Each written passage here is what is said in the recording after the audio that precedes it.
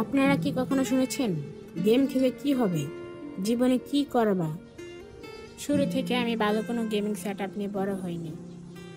ভালো internet connection ছিল না, না ছিল ভালো কোনো গেমিং ফোন, ছিল শুধু একটি পুরানো মোবাইল।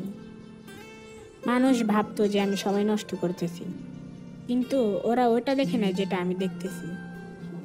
ওরা বুঝতেও পারেনি যে আমার প্রথম ফিলিংসটা যখন আমি র্যাঙ্কে সবার উপরে উঠে যাচ্ছিলাম। আমি একজন ফ্রি ফায়ার প্লেয়ার। একদিন হঠাৎ করে স্কুলে যাওয়ার সময় দেখতেছি রাস্তার মধ্যে বড় ভাইরা বসে বসে একটা গেম খেলতেছে। তখন জিজ্ঞাসা করে এটা কি গেম। তখন থেকে আরো অনেকজন বসে বসে একটা গেম খেলতেছে। তখন জিজ্ঞাসা করে যে এটা কি গেম। ওরা বলে এটা ফ্রি ফায়ার। তখন তখন দেখে যে ফ্রি ফায়ার গেমটা টাইপ করে দেখে খেলা যায়নি। র্যাঙ্ক দিতে দিতে একটু হঠাৎ করে মনে করেন গ্যান মাস্টার চলে যায়। মানে অনেক স্ট্রাগল হয়েছে। প্রথম গেম মাস্টার টাইটেল মানুষের কাছে তো এটা অবিশ্বাস্য ছিল, কিন্তু আমিও থামি নাই। একবার দুইবার না, আমি গেছিলাম 12 বার, কারণ প্রত্যেকটা জয়ের ছিল একটি টাইটেল, ছিল প্রমাণ হতেছে যে তুমি পরিশ্রম করো, প্রত্যাশা ছাড়ে যেতে পারবে।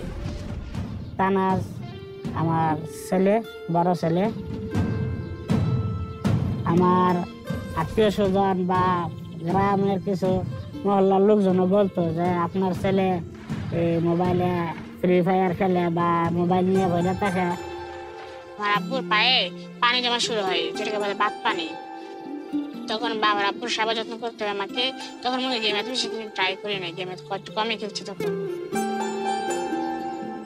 বা আমি যেহেতু প্রবাসী, যে সংসারের যে একটা দায়িত্ব সঠিকভাবে পালন করে, তারপরে ওর একটা ছোট বোন আছে, এটারে লেখাপড়া করা, তার মানে যে খেলাধুলা সে সবচেয়ে বেশি, এটা কোনো কথা না।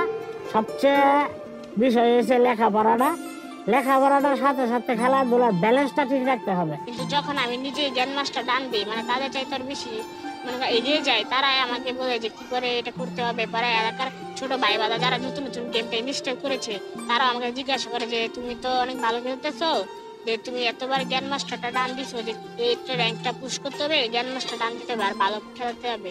তখন ওদেরকে আমি দেখি যে গেমের সেন্সিটিভিটি কিভাবে আছে, এগুলা তুমি একটু নিজের মতো চেঞ্জ করে নাও।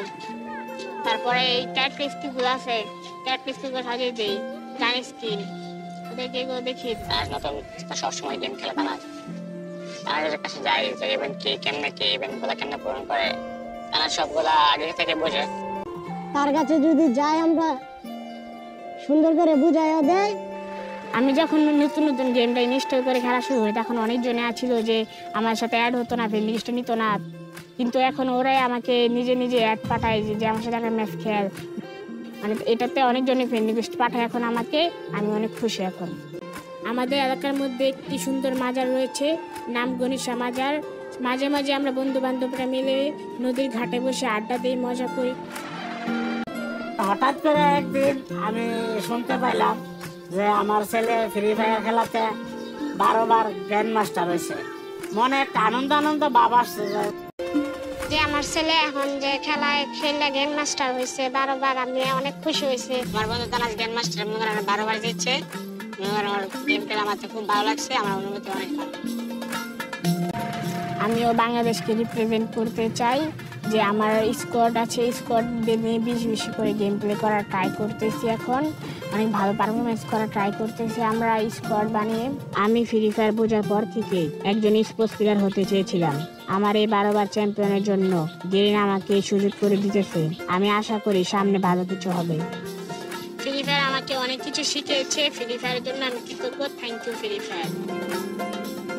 আমার পুরো জীবনটা কেমন হবে সেটা নির্ভর করে আমার পুরো জীবনের প্রত্যেকটা পদক্ষেপের উপর। যেহেতু তোমার ভবিষ্যৎ তোমার হাতে, তাই তুমি খেলতে থাকো, সামনে এগিয়ে যাওয়ার প্রেরণায়। তোমার ভবিষ্যৎ তো তোমার হাতে।